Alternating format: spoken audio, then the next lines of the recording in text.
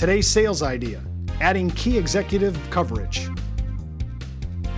Hi everyone, I'm Steve Savant, host of the daily talk show, Let's Get Down to Business. And I'm Don Prenn, Senior Advisor to InsMark. Today we're talking about key executive benefits, but I have to say, this is a little different than I'm really used to, Don. Explain this, what I call unique scenario. One of the things that we realized is that when you're dealing with a client that owns a business, it's kind of a different situation when you're doing wealth planning. And the reason is because the business is typically their largest asset, or certainly might be, and it's their main source of income in most cases. So we have a product called the InsMark Business Valuator. And what it does is it helps you value the business. It's powered by a company called BizEquity, which is the largest company in the world that does business valuations. And it ties into millions of other businesses and comps, and it really is a revolutionary new service that allows you to accurately value the business of a client. And then the interesting thing is, once you know the value of the business, then you can plug that as an asset into Wealthy and Wise and do comprehensive wealth planning. In this particular case, we have a client, a husband and wife, George and Marie, and they own a business. And what's interesting in this situation is that we went through the InsMark Business Valuator, we plugged in their certain kind of business and their revenues and their income statement, and it came back and told us their business today is worth $5 million. However, what it also told us, because you can do a lot of what if with the InsMark Business Valuator to see what the business is worth, it also told us that if George dies, because he's pretty important to the business would only be worth about $4 million. So if George dies today, that business is worth $1 million less, and Marie would lose the income he gets from the business because he wouldn't be working there. So she'd not only lose $1 million in business value, she'd also lose about $1 million in income if he were to die today.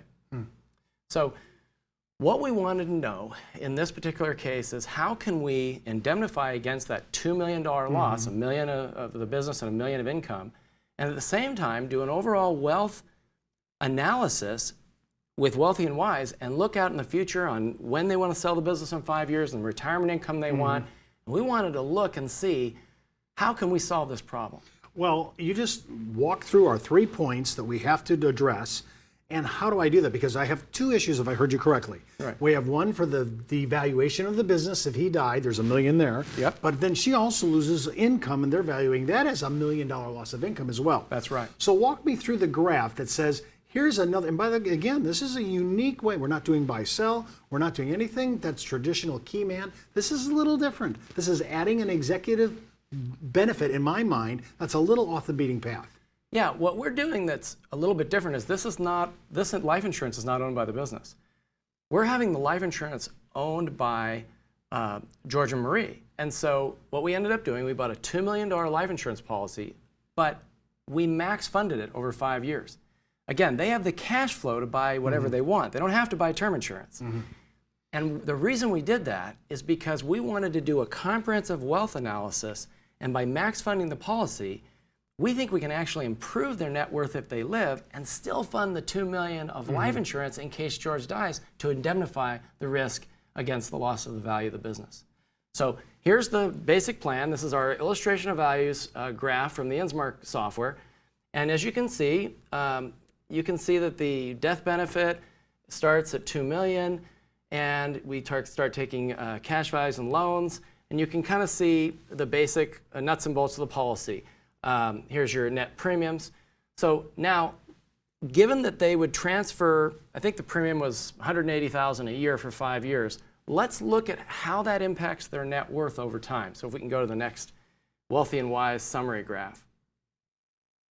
So what we wanted to show was strategy 3 shows where they are without buying the cash value life insurance. Strategy 4 is their net worth if they buy the life insurance and do the 5-pay max fund. And what you can see is that the cash coming out of both of their retirement plans is the same. They take $18 million out of their assets over their lifetime.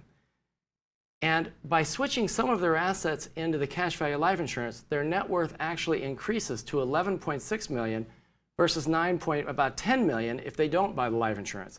The big benefit, in addition to their net worth getting better if they live, they have $2 million of life insurance to indemnify the risk to the business if George were to die.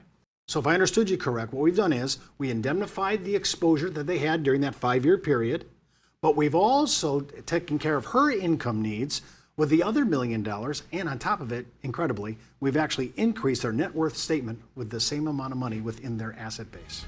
Today's sales idea is brought to you by Ash Brokerage, the practice enhancement company.